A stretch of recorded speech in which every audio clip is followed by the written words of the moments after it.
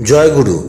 পরম পূজ্য শ্রী শ্রী অনুকূল চন্দ্র ঠাকুরের রাতুল চরণে শতকোটি প্রণাম। আজ আমি ঠাকুরের কিছু বাণী নিয়ে আলোচনা করব, যে বাণীগুলি তিনি গভীর আধ্যাত্মিকতা, মানবতা এবং জীবনের প্রকৃত অর্থের উপর ভিত্তি করে রচনা করেন।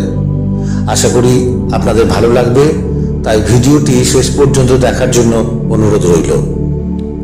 তার প্রতিটি বাণী মানুষের জীবনে নৈতিক, মানসিক এবং আধ্যাত্মিক উন্নতির জন্য দিক নির্দেশনা করে। প্রথম যে বাণীটি নিয়ে আজ আমি আলোচনা করব সেটা হলো, নিজের কল্যাণ করতে হলে অন্যের কল্যাণ করো। নিজের কল্যাণ করতে হলে ঠাকুর এখানে বুঝিয়েছেন যে নিজেকে উন্নত করতে চাইলে আমাদের শুধু নিজের চিন্তা না করে অন্যদের জন্য ভাবতে হবে।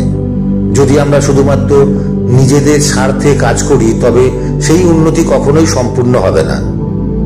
আর অন্যের কল্যাণ করো, তিনি বলতে চেয়েছেন নিজের কল্যাণের পথে অন্যের কল্যাণকেও বিবেচনা করতে হবে। প্রকৃত উন্নতি তখনই সম্ভব যখন আমরা সমাজের অন্যদের উন্নতির জন্য কাজ করি। অন্যের জন্য কিছু করলে আমরা নিজের ভেতর থেকে এক ধরনের আধ্যাত্মিক প্রশান্তি পাই, যা আমাদের সত্যিকারের কল্যাণে সাহায্য করে।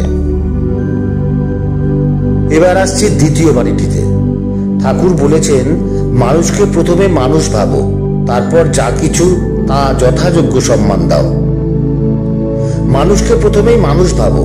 ঠাকুর বোঝাতে চেয়েছেন মানুষের মধ্যে জাতি, ধর্ম, বর্ণ, ধনী, গরিব, উচ্চ নিচের ভেদাভেদ ভুলে প্রথমে তাকে একজন মানুষ হিসাবে দেখতে হবে। মানুষকে তার জন্মসূত্রে বা সামাজিক অবস্থান দিয়ে বিচার করা উচিত নয়। মানুষ প্রথমে মানুষ, তারপরে অন্য পরিচয় আসে। আর যথাযোগ্য সম্মান দাও, এর মানে হলো প্রত্যেক ব্যক্তিকে তার কাজ বা অবস্থান অনুযায়ী সম্মান দিতে হবে, কিন্তু সেই সম্মান দেওয়ার আগে তাকে একজন মানুষ হিসেবে গ্রহণ করতে হবে এবং তার মানবিক মূল্যবোধকে সম্মান করতে হবে। তৃতীয় এবং শেষ যে বাণীটি আজ আমি আপনাদের শোনাবো সেটি হলো, নির্লিপ্ত থেকেও আসক্ত থেকো এবং আসক্ত থেকেও নির্লিপ্ত থেকো।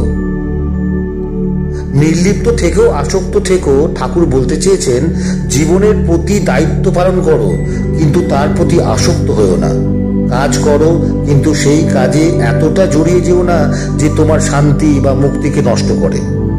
দায়িত্ব পালন করতে হবে, তবে সেই দায়িত্বকে নিজের জীবন যাপনের একমাত্র লক্ষ্য হিসাবে ভাবা উচিত নয়।